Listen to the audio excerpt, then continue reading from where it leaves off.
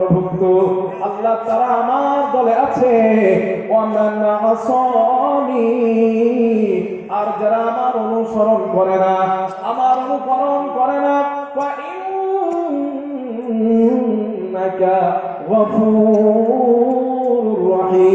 আল্লাহ তুমি ক্ষমাশীল, আল্লাহ তুমি দয়ালু। এই নবীর কথাটা আমাদের রাসূল কোরআনুল কারীমের মধ্যে বললেন। আল্লাহর হাবিব পড়ার পর উম্মতের প্রতি মায়া ভালোবাসা আমার নবী জাগ্রত হয়ে যায়। হাদিসের মধ্যে আসছে ওয়াতালা কাওলা ঈসা আলাইহিস সালাতু ওয়াস সালাম, হযরত ঈসা তার উম্মতের জন্য আল্লাহর কাছে যেই দোয়া করেছিলেন, আল্লাহ তাআলা কোরআনের মাধ্যমে আমাদের রাসূলকে জানিয়ে দিয়েছেন। ঈসা নবী দোয়া করলেন, ইন তুআযিবুহুম ফাইন্নাহুম ইবাদুক, ওয়া মাররাব, এই মানুষগুলোকে আপনি আযাব দিবেন। আল্লাহ কেমন করে আযাব দেবেন? ফাইন্নাহুম ইবাদুক, আল্লাহ ওরা তো আপনারই বান্দা। কেমন আযাব দিবেন রব? এরা তো আপনার বান্দা, আল্লাহ ওরা আপনার গোলাম। ওই তাগফির লাহুম, ও মালিক আপনি যদি এদের ক্ষমা করে দেন, আল্লাহ আপনি এদের মাফ করে দেন, ফাইন্নাকা আনতাল আজিজুল হাকীম, আল্লাহ তুমি মহা পরাক্রমশালী, আল্লাহ তুমি মহা পরাক্রমশালী। মানে ঈসা নবী আল্লাহরে বোঝান, আল্লাহ তুমি চাইলে এদেরকেও মাফ করে দিতে পারো। কত মায়া একজন নবী। এই দুইজন নবীর কথা আমাদের নবী কোরআনের মধ্যে পড়েছে।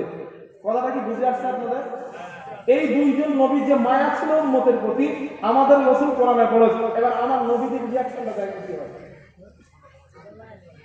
আমার বন্ধুগণ, রাহমাতুল লিল আলামিন, আল্লাহর নবী যখন এই দুইজন নবীর কথা কোরআনের মাধ্যমে বললেন, হাদিসে আসছে ফারাফা ইয়াদাইহি, আল্লাহ রাসূল দুটো হাত আসমানের দিকে বাড়িয়ে দিলেন।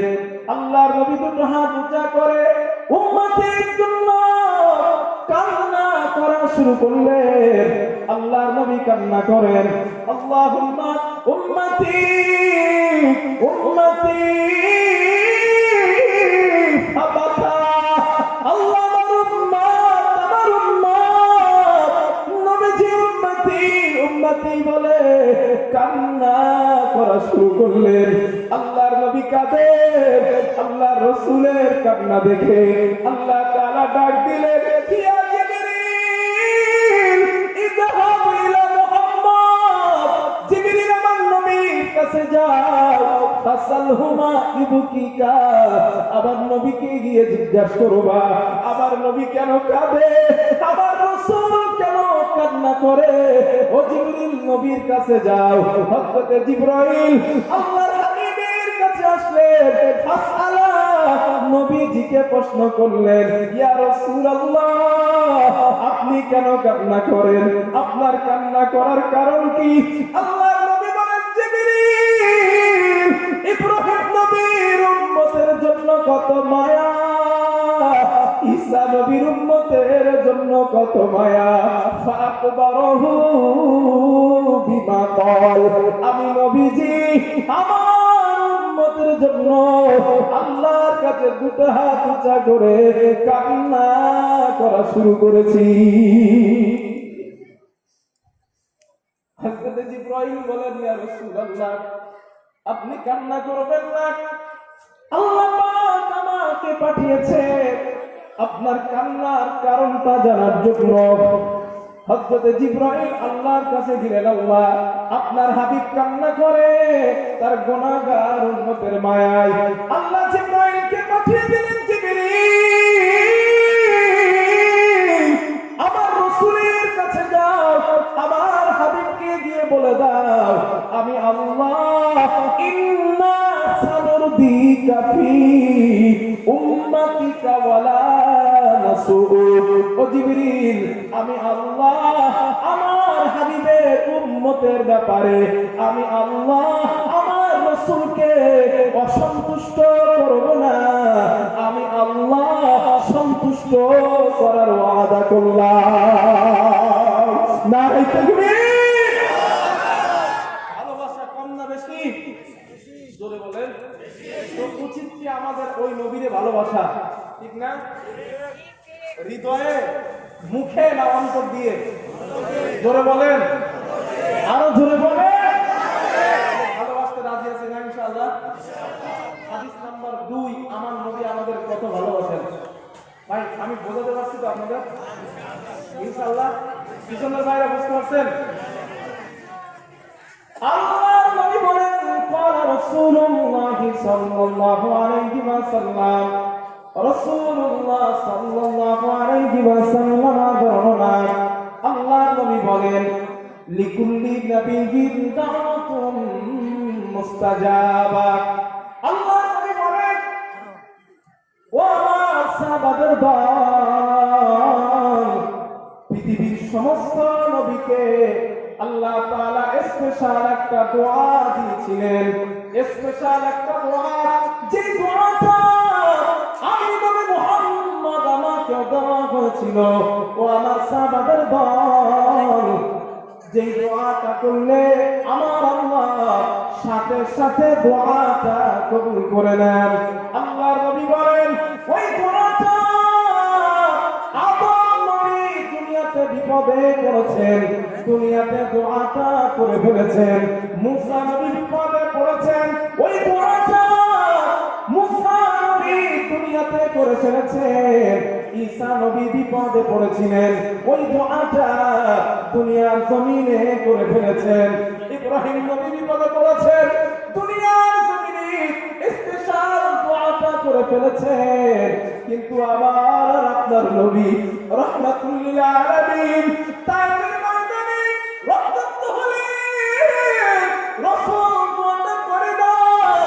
ওহদের প্রান্তরে আল্লাহর রাসূল ওহদের ময়দানে মাথায় হেলমেট ঢুকিয়েছেন, দন্ত শহীদ করেছেন, এরপরে নবী দোয়াটা করেন নাই। আল্লাহর নবী বলেন, সাহাবাদের দল, আমি রাসূল ওই দোয়াটা দুনিয়ার জমিনে করি নাই।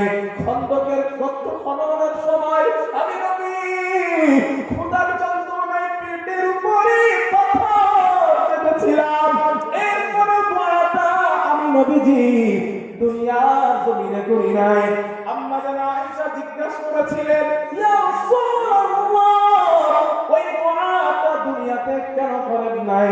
আল্লাহর নবী জবাব দিয়েছিলেন, ও আয়েশা, আমি নবী এই দোয়াটা এই জন্য দুনিয়াতে করি নাই।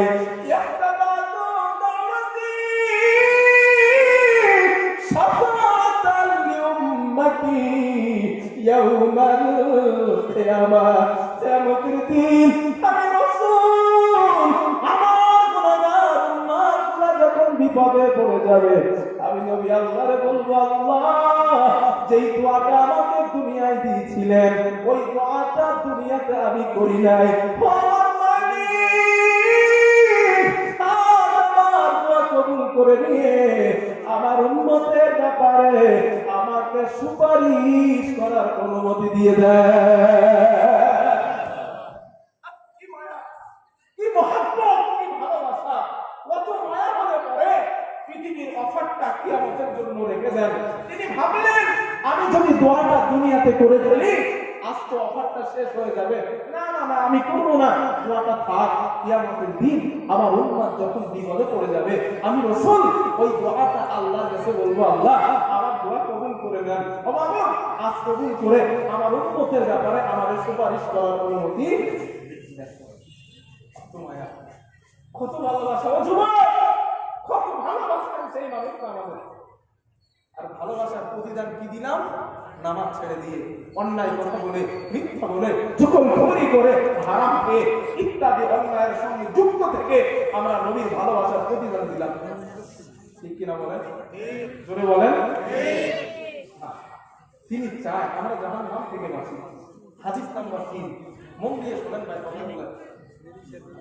আল্লাহ নবী বলেন, রাসূলুল্লাহ সাল্লাল্লাহু আলাইহি ওয়াসাল্লাম, আল্লাহ রাসূল সাল্লাল্লাহু আলাইহি ওয়াসাল্লাম বর্ণনা, আল্লাহর নবী বলেন, মাসালি ওয়া মাসালুকুম কামাসালি রাজুলিন আওকাদা নারা। আল্লাহর নবী বলেন, ও আমার উম্মতের দল, আমি নবী মুহাম্মদ সাল্লাল্লাহু আলাইহি ওয়াসাল্লাম তোমাদের আর আমার দৃষ্টান্ত কেমন তোমরা জানো? সাহাবারা বললেন, কেমন?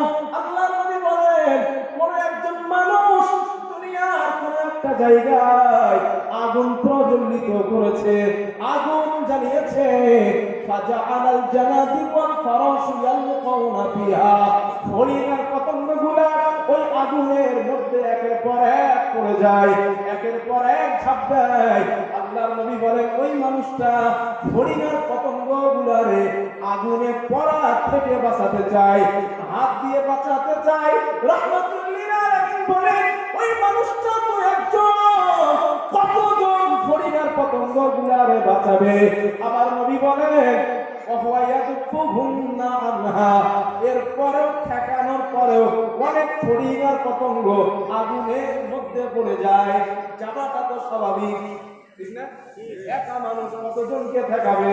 আল্লাহর নবী বলেন, ও আমার সাহাবাদের দল, আমি রাসূল তোমাদের আর আমার দৃষ্টান্ত হলো তেমন। ওই ব্যক্তিটা ফড়িংয়ের পতঙ্গগুলারে আগুনে পড়া থেকে বাঁচাতে চায়, আর আমি নবী মুহাম্মদ ওয়া আনতুম, আমি নবী মুহাম্মদ ওয়া আনা আখিদুম বিহুজাতিকুম আনিন নার, আমি নবী মুহাম্মদ আমার উম্মতের কোমর ধরে ধরে জাহান্নামের আগুন থেকে বাঁচাতে চাই। আমি মুহাম্মদ জাহান্নামের আগুন থেকে তোমাদের কোমর ধরে বাঁচাতে চাই। ও সাহাবাদের দল, কিন্তু দুঃখের বিষয়, আনতুম তাফাল্লাতুনা ইয়াদাই, অধিকাংশ উম্মাত আমার হাত থেকে ছিটকে ছিটকে জাহান্নামের মধ্যে চলে যাচ্ছ। আমি রাসূল জাহান্নাম থেকে বাঁচাতে পারছি না। ও যুবক, অন্যায় করার আগে একবার ভাববা, আবার নবী আমাদের কোমর ধরে রেখেছেন আমরা যেন জাহান্নামে না যাই। নামাজটা ছেড়ে দেওয়ার কথা মনে হলে একবার ভাববা, আমরা যেন জাহান্নামে না যাই। এই জন্য আমার নবী আমাদের কোমর ধরে রেখেছেন। ও যুবক, অন্যায় কথা বলার আগে একবার চিন্তা করবা, আমরা যেন জাহান্নামে না যাই। এজন্য আমাদের রাসূল আমাদের কোমরগুলা ধরে রেখেছেন। আল্লাহর নবী বলেন, উম্মত, আমি নবী তোমাদের এতটা মহব্বত করি, এতটা ভালোবাসি, তোমরা যেন জাহান্নামে না যাও, এজন্য কোমর ধরে ধরে তোমাদের টান দেই।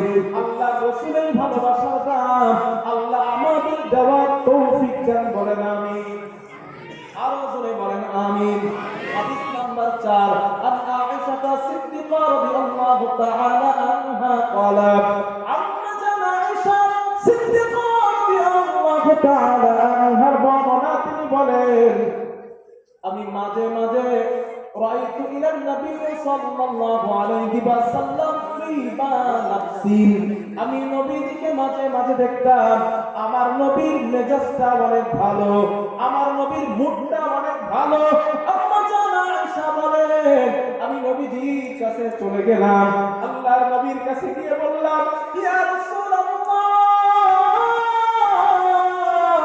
ইয়াদুল্লাহ লি, হুজুর আপনি আমার জন্য আল্লাহর কাছে একটু দোয়া করেন, আমার জন্য রবের কাছে একটু দোয়া করেন। আল্লাহর নবী আম্মা জান আয়েশার জন্য দোয়া